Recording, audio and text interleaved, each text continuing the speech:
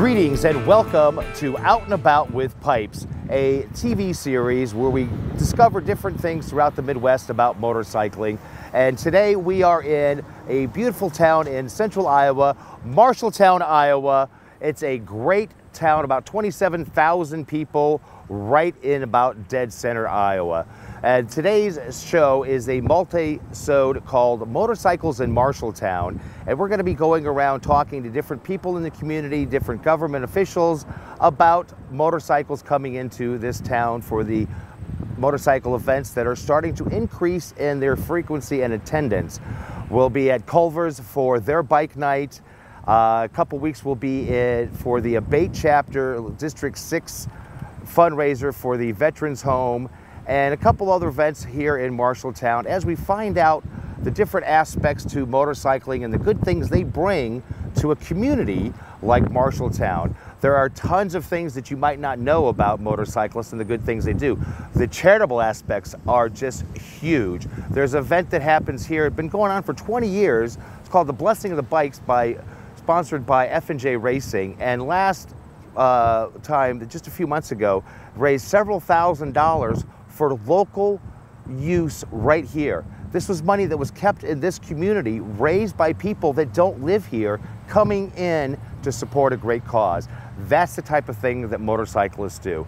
So as we discover these things throughout this, hopefully you'll learn what good motorcyclists do when they come into your community. I call them a temporary tourist because they're only here for a short while, but they definitely are contributing to the well-being and the economic part of your community. So we'll come back and have interviews, locations of bike nights, and much more for this Motorcycles in Marshalltown.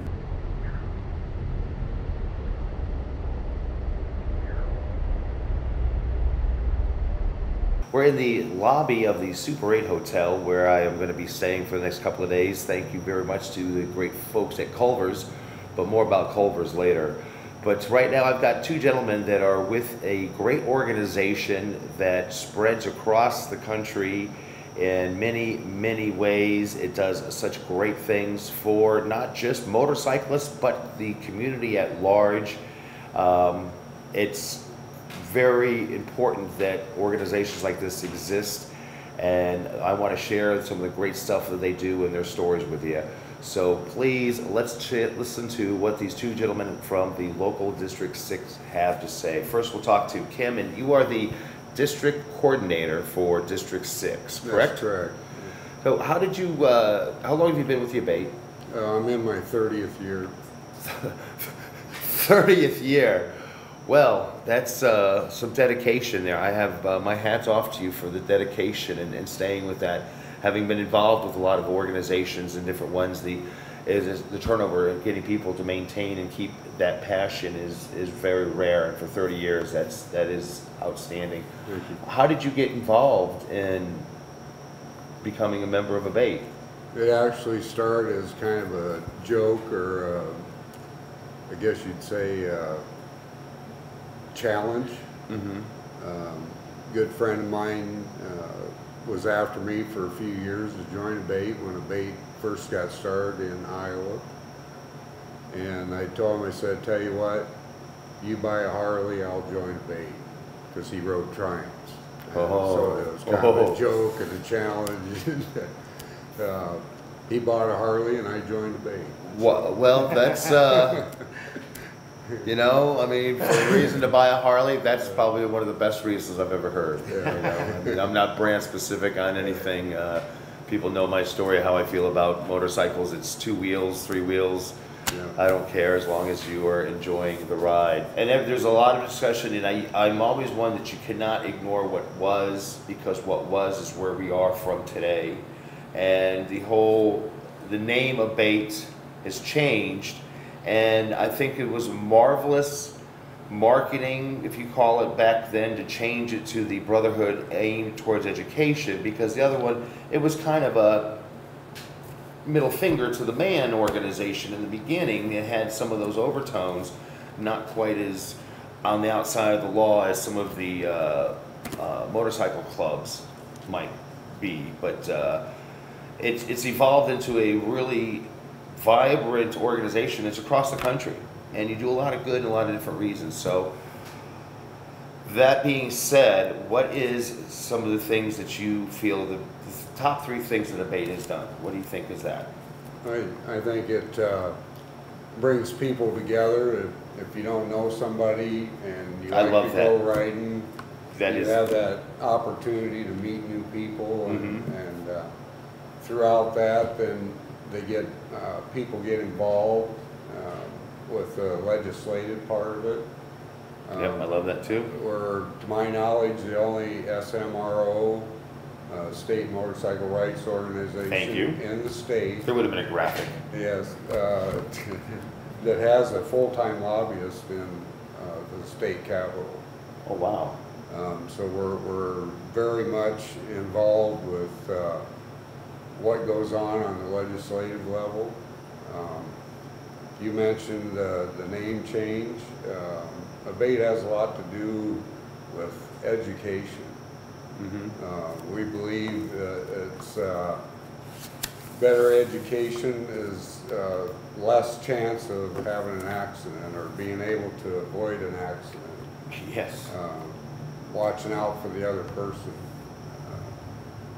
We have our new Rider Ed course up at ABATE Park, Freedom Park. It's a full slab of concrete to give classes. That's good, because I mean it takes a little bit of to do and just take that step. I know a lot of people that talk, but it's like, how am I going to ever, and they don't know. And so now, because of this type of effort, bringing it available to more people that might not have been able to.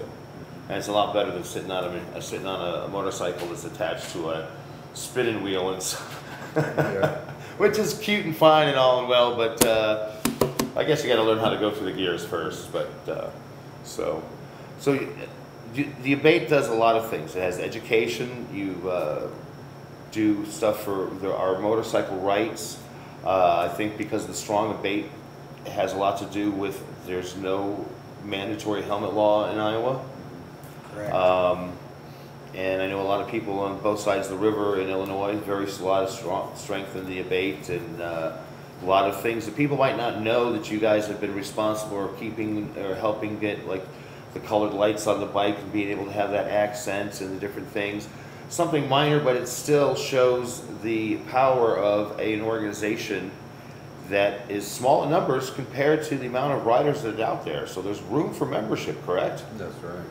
And now, speaking of membership, is that maybe what some of the events you guys do is a membership drive, or is it kind of a PR?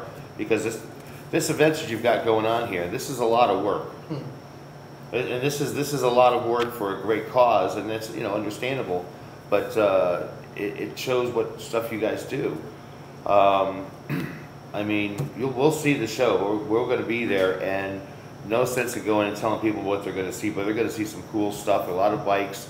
We'll try to go to a couple of the stops and see what all is involved when you guys are putting together an event to benefit, and it says right here, our heroes, and this is to the Iowa's Veterans Home. And how does a bunch of motorcyclists, I asked this to Fred earlier, you know, here's your motorcyclists, you live the lifestyle and you give to the community. That's not what mainstream idea of a motorcyclist is. You guys doing this kind of stuff, this is not what, you know, you guys are supposed to be running over the daisies and everything, and here you guys are raising, spending time and effort. You don't get paid for this, right? Not a cent. And you wouldn't take money either, would you? No. I was pretty confident about that because I know motorcyclists. That's why I'm doing this, because I know how great motorcyclists are and doing stuff. So this is a great event, and we're going to be there, and I'm looking forward. I wish I could be able to promote it for you more, but I will be, because I'm going to let people know where locations are going to be coming up. There's just so much more we could talk about the ABATE and all of the stuff that you guys do. All the proceeds to honoring our heroes Vets Ride go to the Resident in Need Fund at the Iowa Veterans Home. And the Resident in Need Fund is a little known fund that has been there for years, but had not been utilized. And a lot of different organizations had donated to the canteen fund. And what the canteen fund basically is they give ice cream sandwich, a cheeseburger, that type of thing. Sure. The Resident in Need Fund, it gives shaving equipment, deodorant, eyeglasses, that The type simple of thing. things that we take, Exactly. and you know, and these are mostly men. I take it because fortunately we've not had a lot of. It's actually about 50-50 now. Oh, it has started to get up Yeah, there. I mean, yeah. as I know, and I keep on remembering that I am as old as I am, but these are men and women that volunteered their service, and they have to worry about getting shaving cream. Yeah. We should be ashamed of ourselves, ladies and gentlemen. I am. This is crazy. These are the folks that put everything on the line for us and our freedom. And they have to worry about getting shaving cream.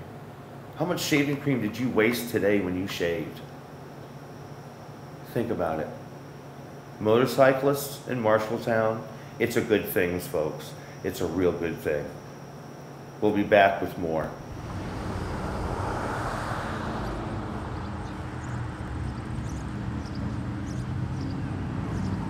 Folks, here we are at FHA Racing right here in Marshalltown, of course. And this has been an establishment in the community for a while, and a lot of great stuff that is because of FHA Racing. But we're here to talk not about the motorcycling aspect of FHA Racing, but the charitable part of FHA Racing. Now, Jackie, you've been responsible for bringing forth an event that celebrated 20 years just recently, the Blessing of the Bikes. That's quite an accomplishment. I'm proud of it.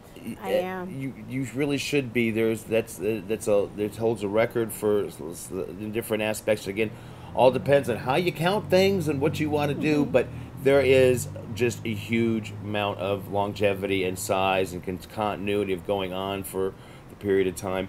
How did it start out, and where did it start out? Like, is the poker run, or more of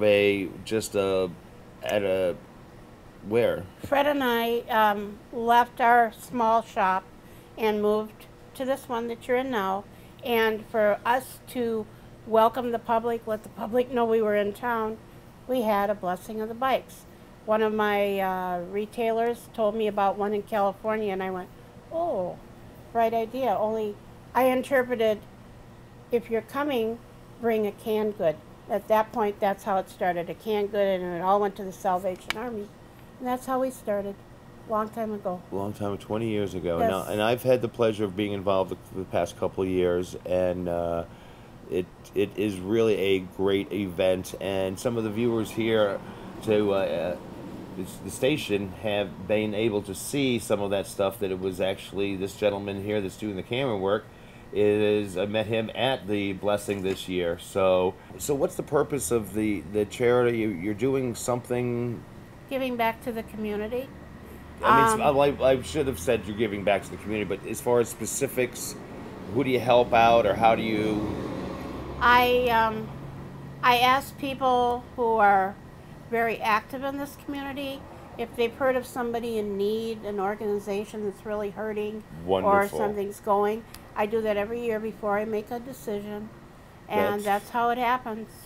That really, then that's kind of like a lot. Yeah, I like that. That way, you're not picking. You're not being the one and decide. And hey, we're going to help this. Right. You're actually getting input from the community, which is what this is about, being a community charitable event. And 20 years, that's just amazing. It's amazing. A lot of people in this community aren't aware of who rides motorcycles. We take care of doctors, lawyers, people in the newspaper world, everything. And all these people are probably more in tune sometimes than I am. So that's why I ask, and then I find out.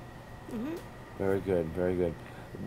What do you think it is that makes motorcyclists the charitable group that they are? I mean, if there's a huge amount of money and time and help that is given by motorcyclists. What do you think it is that makes motorcyclists do this?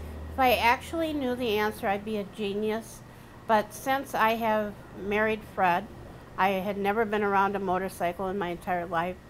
I can honestly tell you from all these years, we've been married 30 years now, they are the most generous, helping people I have ever met. At the Blessing, as you know, think of the money we raised in 6 hours for just simple things. And Yes. it just comes. And if you're broke down on the highway, more than likely maybe a motorcycle will stop, cyclist will stop, ask you, can I help? The beat goes on. They're just wonderful people. Yeah, there is a huge amount of just good that is done Right. through all the different, whether it's a specific rally or a specific event over a period of time, or Right. the fun runs now, or the poker runs. Forget how all that's worked out because of the gambling aspect of it. It's like I think you can go to a charity gambling. event once a week in in Iowa. I really do. Easily, It's easily. incredible. There's one this weekend. There's one the following week. There's all kinds of stuff going on. Right. So, if you could leave the viewers with something to sum up how you you've been experiencing the motorcycle lifestyle, what would be like something that's like, man, that's cool? Oh boy, that's hard. Good. That is a hard A question. trip, an experience, a That person. I can honestly tell you, the first time I ever took a long motorcycle ride with Fred, he took me to Denver and we went to Pikes Peak. Going up to Pikes Peak, the vehicle in front of us stalled, and Fred's sitting there, and pretty soon, now I'm looking over, and there is no railing, you know. Yes. And I'm looking over and I think, I can't breathe, I can't cough, I can't sneeze, but I am crying. And Fred says, I don't think I can hold on much longer. And I go, I'm going to die on Pikes Peak on my first motorcycle ride. But everything turned out fine. We got up to the top and they said, anyone on motorcycles, get on now, snow is setting in. Oh, Yeah. yes. Time But to go. that was the most, and I Really? have been hooked ever since. Awesome. Yeah. Well, Jackie, thank you so much. And I appreciate you at my Blessing. Yes, I look forward to being Yes. there and helping out next year as much as I possibly can. Thanks for talking to me. Yes, and thank you for sharing your time on your busy day. Well, folks, there you go. We've got lots more to find out and talk to. We're going to be here doing this for the next few weeks. Right here in Marshalltown. This is Out and About with Pipes. That's who I am. And this is Motorcycles in Marshalltown. Welcome back for another interview here on Motorcycles in Marshalltown. We're going to go talk to Fred with FHA Racing. Fred, how you doing today? Doing good, Pipes. Good, good. Thanks for giving me a few minutes of your time. I know you're really busy with a lot of stuff that's going on. One of the guys you got working for you had a death in the family, so that is, and you were very gracious to let him go and take off in the midst of the clutch and everything, and that's part of what we're going to get to here in a few minutes. So you've been working as a mechanic here at this location for how long now? It was 22 years in January. 22 years, and I guess that you're an established business, and that means that you're reputable and everything else. Yes. You've been working on bikes for 22 years. How long has it been since you first started riding? I bought my first Harley when I was 18 years old in 1973. 1973, so that's quite a while ago. That's 40 some odd, 42, 43 years ago.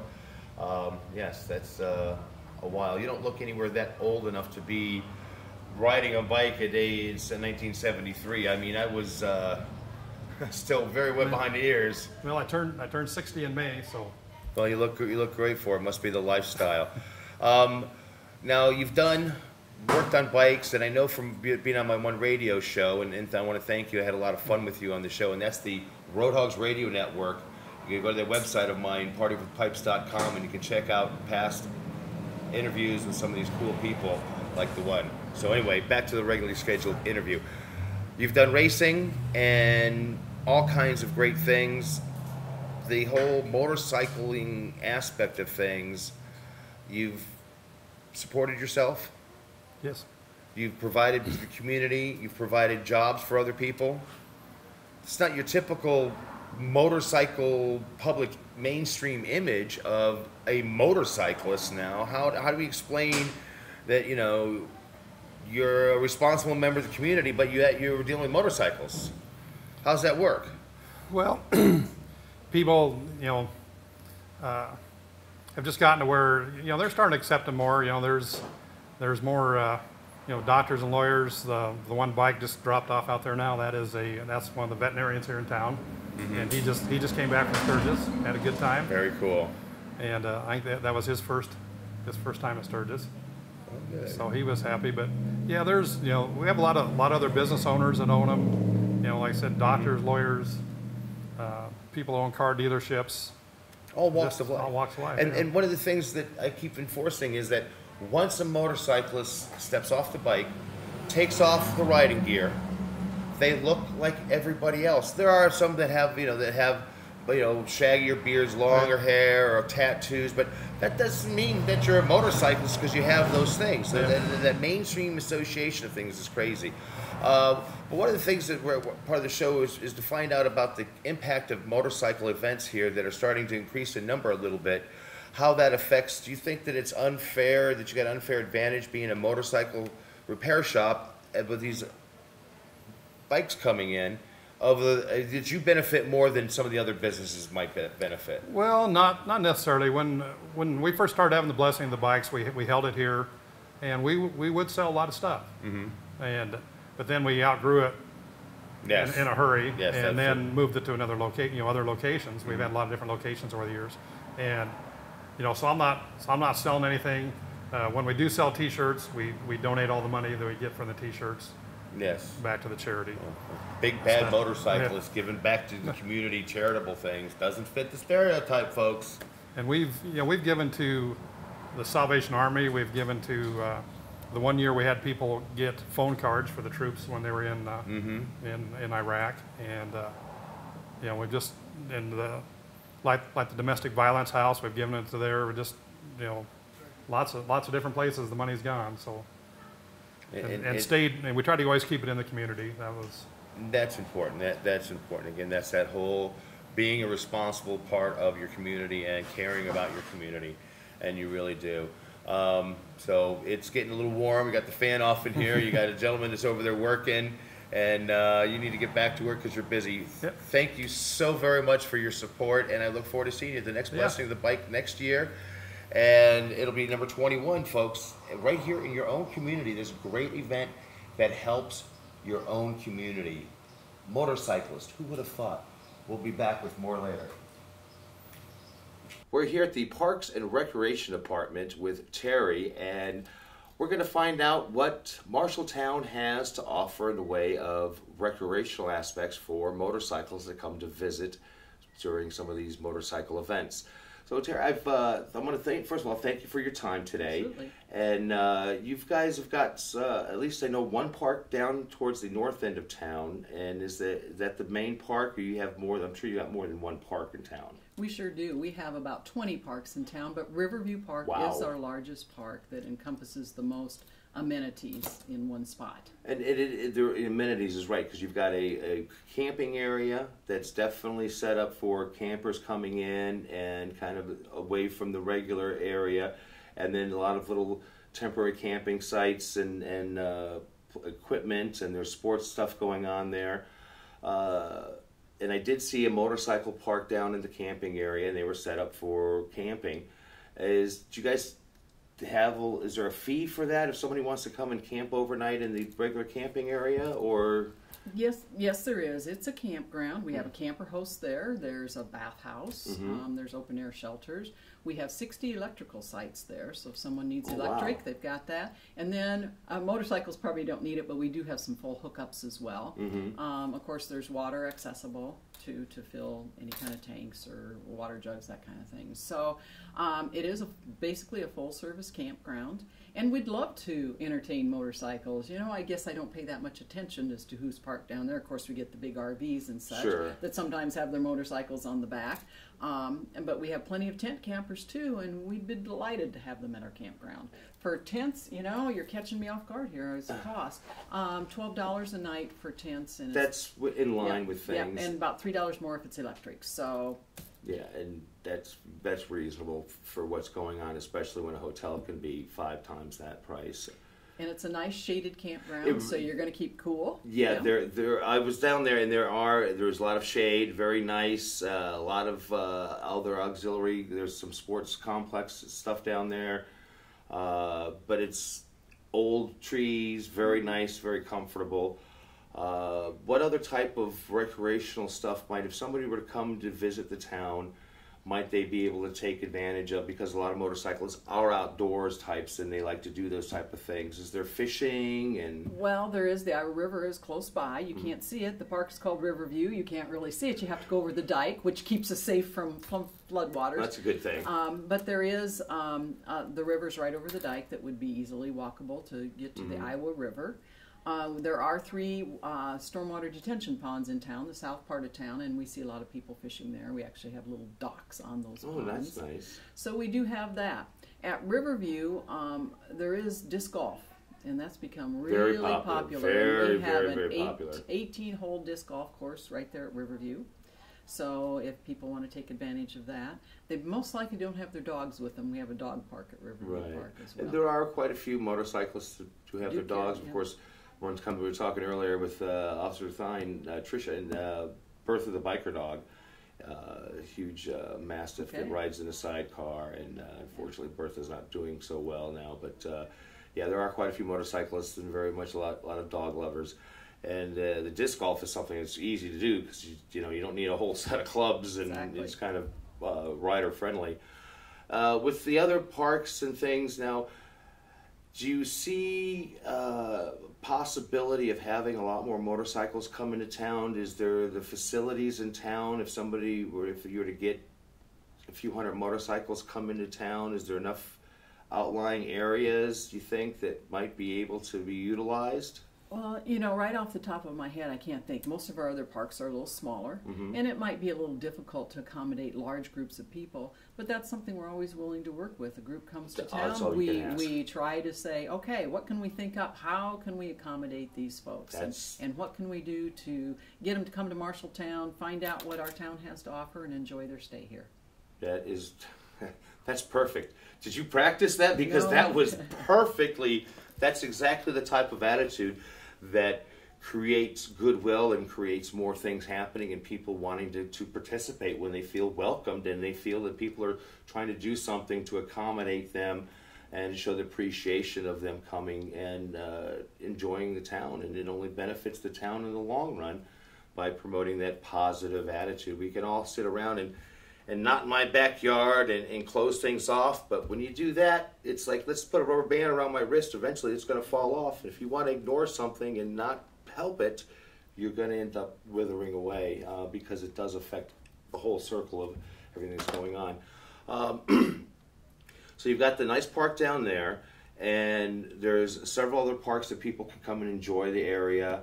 If you had something to entice the motorcyclists to come into town, what would be a feature that, of course, if you're not being a motorcyclist, you don't know, but some of the things that you might be able to know, go ahead and invite people to come down and camp. Exactly. I mean, we would love to have people come and camp. That is the only place that they can camp in Marshalltown on public property. But we have many parks, and a lot of them have open-air shelters and grills, so that there would be, if you want to grill out or have groups in certain functions. Maybe not so many kids coming, but playgrounds at many of our parks. So as far as amenities, we have our aquatic center, and of course that's just the warmer summer months when we have the aquatic center. And I drove by. Yep, we have a lazy river, so if you like to just float around, we got the lazy river. We have three slides that dump into the lazy river. Then we have some diving boards, high dive, and those kinds of things too, or just lounging at the poolside. Now, I know a lot of big cities that don't have anything quite as nice as that, and it's should be very proud of that. It's a nice one, yeah, very absolutely. Proud of that. And, sometimes motorcyclists might get a bad rap, But in the events in Marshalltown that I've seen, they've been very, very well organized, and they're always for a good cause. And I personally have never heard of any problems with those events. They're just well run. They're great folks. They're doing good things. And I think anything we can do to encourage that is great. Awesome. That's exactly what I want to hear, is that welcoming, that positive thoughts of, hey, let's do something, because if you don't do anything, nothing will ever get done. And you got to try, and that's all that we can ask, is to have an open attitude about the good and the possibility, because there are a lot of good things that motorcyclists do. They're one of the most charitable groups I know in the world, of giving all kinds of resources of their time, their money, for people that need things, like the Blessing of the Bikes, the Marshalltowns, the Veterans Home here, and lots of good stuff. There you go, folks. Another positive aspect for motorcycles in Marshalltown, and all the cool things that this wonderful community has to offer. You guys that live here should really be proud of what your town has to offer. We'll be back with more Motorcycles in Marshalltown right here and About Now with me, Pipes. We'll see you.